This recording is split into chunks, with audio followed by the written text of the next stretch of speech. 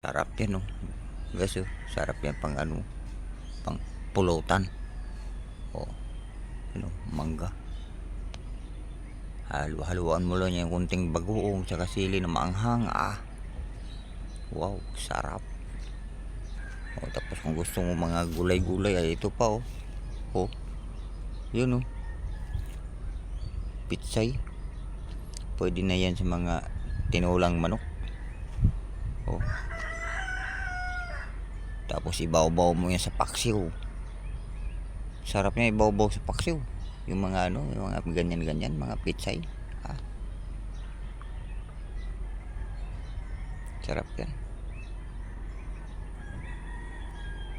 Gamot pa yan sa mga sakit-sakit sa tuhod. Gamot yan. Sakit-sakit sa tuhod. Yan, mga pitsay na yan. Gamot yan. Balik tayo dito sa mangga. Ayan, oh. Pampulutan.